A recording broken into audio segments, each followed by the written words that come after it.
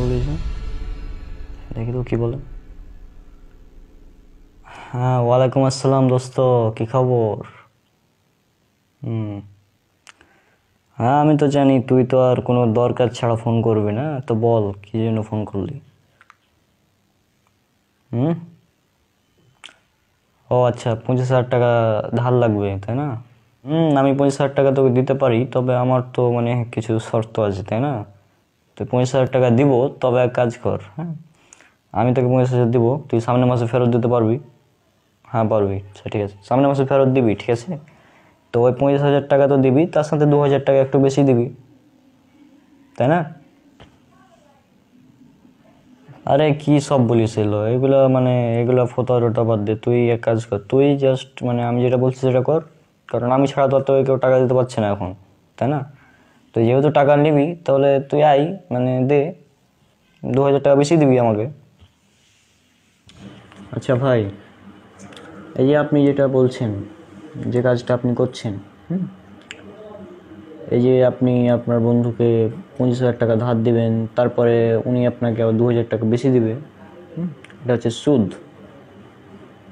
কি বললেন ভাই আপনি? এটা সুদ মানে বুঝলাম না। আচ্ছা তুই রাখ, একটু পরে ফোন করছি। আচ্ছা আপনি ভাই বলেন, আপনি এটা সুদ কেন বলছেন, আমি বুঝলাম না। আপনি কি সুদের সংজ্ঞাটা জানেন? যে আপনি কাউকে ঋণ দিবেন, সে যদি আপনাকে 1 টাকা বেশি দেয় 1 মাস পর, 1 বছর পর, সে ওই 1 টাকাটা হচ্ছে সুদ। না, আমি ওকে টাকা দিলাম, আমি ওর কাছ থেকে 200 টাকা 2,000 টাকা বেশি নিতেই পারি, সেটা আমার ব্যাপার, ও আমার বন্ধু, বা সমস্যা আছে এখানে? না, আপনাকে বলে মনে হয় বোঝা যাবে না। ভাই বাদ দিন, রোজা রমজানের দিন। হ্যাঁ, এই রোজা রমজানের দিনে এসব মানে ভাল লাগছে না। হ্যাঁ, আমি, ঠিক আছে, আপনি এসব ফটো আপনার কাছে রাখেন।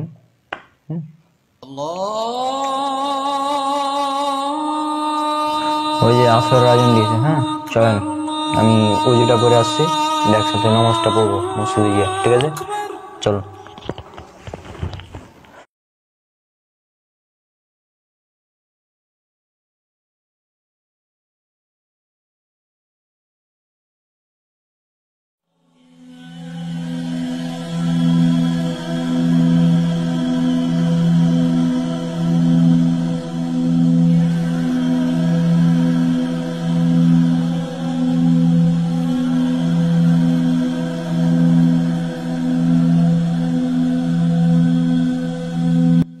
আচ্ছা রনক ভাই, এই অজু করতে গিয়ে আমি একটু পানি গিলে ফেলেছি, এখানে কি আমার রোজার সমস্যা হবে? আপনি অজু করতে গিয়ে সামান্য একটু পানি গিলে ফেলেছেন কিনা এ ভয়ে এটা ভাবছেন যে আল্লাহ আপনাকে মাফ করবে কিনা, আপনার রোজা হবে কিনা, তাই না? মানে কি বলছেন আপনি? সুদ খাচ্ছেন, এটা আপনার জন্য কিছুই না। হ্যাঁ, সুদ খেয়ে আলেন, মানে সুদ খাওয়ার আপনি কন্ট্যাক্ট করলেন, সেই জন্য আপনার ভয় লাগছে না। কোথায় একটু পানি গিলে ফেলেছেন, সেই জন্য আপনি ভয় পাচ্ছেন। আজীব ব্যাপার। মানে কি এটা, মানে এটা কি মানে কোনো হয়? সুদ হচ্ছে আল্লাহর বিরুদ্ধে, আল্লাহ রাসূলের বিরুদ্ধে যুদ্ধ সরাসরি।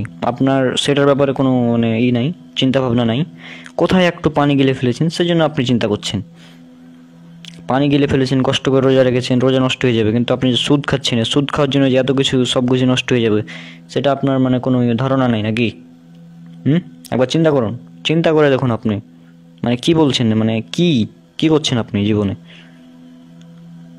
আপনার বন্ধুকে ফোন করে বলুন যে সুদ খাবো না, তাহলে কিছুটা ক্ষমা পেতে পারেন। হ্যাঁ, আসসালামু আলাইকুম বন্ধু। ওই আমি তোকে 50,000 টাকা দিব। হ্যাঁ, তোকে এক্সট্রা টাকা দিতে হবে না, তুই এসে টাকাটা নিয়ে যা, ঠিক আছে? আচ্ছা, আসসালামু আলাইকুম। আচ্ছা থাক।